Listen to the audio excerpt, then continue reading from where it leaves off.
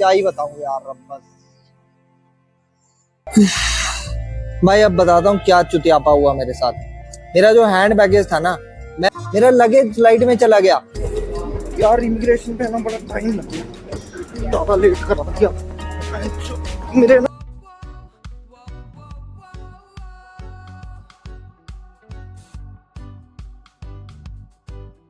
Thailand जाने का plan कर रहे हो 2026 में? तो भाई जिन लोगों को लगता है थाईलैंड जाना दिल्ली में मोमोज ढूंढने के जैसा आसान है 2026 में, तो आइए इस वीडियो में आपको दिखाते हैं थाईलैंड जाना कितना आसान है और कितना मुश्किल। तो भाई ये वीडियो आपके काम की हो सकती है, बिकॉज थाईलैंड ने 2026 में बहुत सारे नए रूल निकाल दिए हैं। तो भाई बात करते हैं रूल नंबर 1 की, थाईलैंड डिजिटल अराइवल कार्ड। ये एक नई वसूली आ गई है। अब आपको थाईलैंड जाने से पहले अपनी फ्लाइट से 72 घंटे पहले ये एक फॉर्म भर के जाना पड़ेगा। इसमें एक QR कोड जनरेट होता है जो कि आपको थाईलैंड पर अराइवल के टाइम पर दिखाना होता है। बस इतना ही है इसका काम। 2026 में भी इंडियंस के लिए वीजा ऑन अराइवल है थाईलैंड का। अब बात कर लेते हैं कैश की। कैश कितना ले जाना पड़ेगा? देखो भाई, पहले लेके जाना होता था 10,000 बात, ठीक है, और 30 दिन की एंट्री मिलती थी। अब क्या है, वीजा ऑन अराइवल पे इंडियंस को 60 दिन की एंट्री मिल रही है, तो उन्होंने रकम भी बढ़ा दिया, डबल कर दिया। पहले 10,000 बात चाहिए थे, अब 20,000 बात कैश चाहिए। और हाँ, ये बात ध्यान रखना भाई, किसी को जिसको पूछ लिया कि कैश दिखाओ तो कैश ही दिखाना पड़ेगा। ये नहीं कि मेरे क्रेडिट कार्ड में है, मेरे डेबिट कार्ड में है, मैं इंटरनेट बैंकिंग से दिखा देता हूँ, तो ऐसे फर्रे खानी बनने देंगे वो। तो देख लेना अपने हिसाब से, 20,000 बात कैश लेके जाना है। और भाई इस गलत फहमी में मत रहना कि थाईलैंड सस्ता है, घंटा सस्ता है। एक थाई बात 3 रुपए 33 पैसे का चल रहा है। तो ये जो 20,000 बात दिखाने हैं ना, तो आपको मान लो 62-63 रुपए अपने पास कैश दिखाना पड़ेगा थाईलैंड एंट्री के लिए। तो जब तक मैं इमिग्रेशन क्लियर करता हूँ, थोड़ा ज्ञान पेलते। और 2026 में अगर थाईलैंड जा रहे हो ना, तो भाई एक बात का और ध्यान रखना, ये लेडी बॉय से बच के रहना। आजकल साला इनकी तादाद बहुत बढ़ गई है, तो इनसे ध्यान से रहना, क्योंकि ये दिखते हैं भाभी जी घर पर हैं की तरह, लेकिन जब खुलजा सिमसिम होता है ना, तब इनका सामान समझ जाओ बस। तो दोस्तों ये रहा मेरा पासपोर्ट, फ्लाइट की रिटर्न टिकट, होटल बुकिंग और TDSE फॉर्म का प्रिंट आउट। ये 4 चीज़ें अपने साथ जरूर रखना।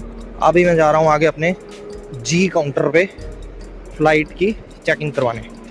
लेट करा दियो पता नहीं यार, इमिग्रेशन पे ना बड़ा टाइम लग गया, तो जल्दी जल्दी पहुंचना पड़ेगा भाई।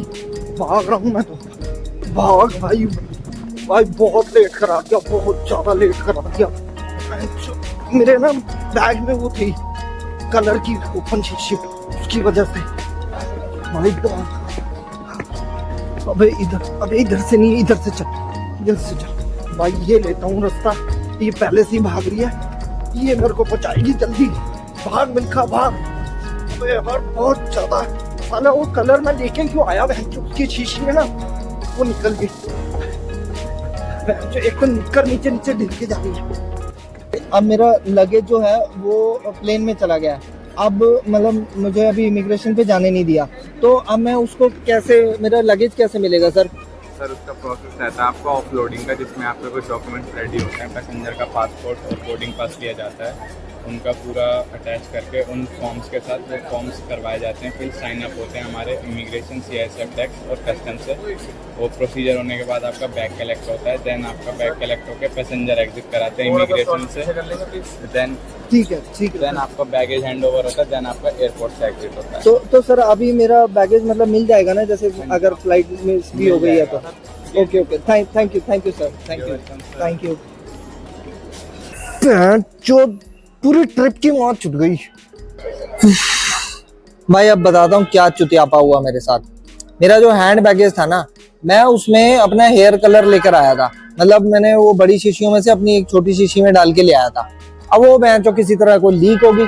अब लीक हुई तो वो बैग में बेंचो वो काला काला सा फैल गया। अब वैसे ही मेरा बैग मतलब ऐसा हो गया कि बैग गीला है जैसे। अब पता नहीं क्या सिक्योरिटी वाले के मन में आया, उसने कहा बेंचो साइड में ले आओ। बैग चेक करने लग गए। बैग चेक करा, मैं भी हैरान, मैंने कहा बेंचो ये क्या आ गया, काला काला सा पूरा बैग काला हो गया बेंचो। तो भाई उन्होंने पूरा बैग छानने लग गए। इधर बेंचो मैं पहले ही थोड़ा सा वीडियो के चक्कर में लेट हो रखा था, फिर उनको और नई चीज मिल गई। कह रहे मैंने प्रोटीन भी ले रखा था बेंचो, वो खुला प्रोटीन लेके जा रहा था मैं। तो कह रहे भाई ये क्या है बेंचो, प्रोटीन भी लेके जा रहा तू तो।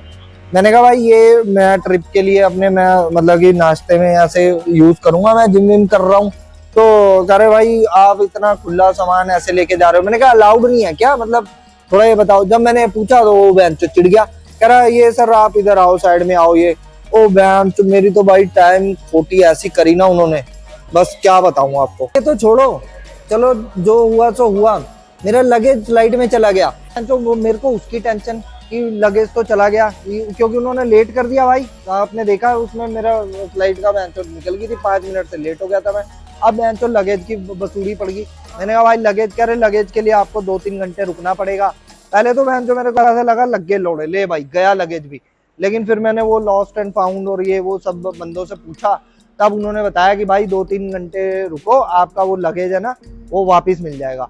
अब जो इतनी ऐसी तैसी मराने के बाद शाम की 7:25 की फ्लाइट थी मेरी, और अब बैंचो कम से कम नहीं तो 1-1:30 बज रहा है, पता नहीं, मैंने अभी देखा था, मोबाइल से शूट कर रहा हूँ। तो पूरा दिन की बैंचो बस क्या ही बताऊँ यार, अब बस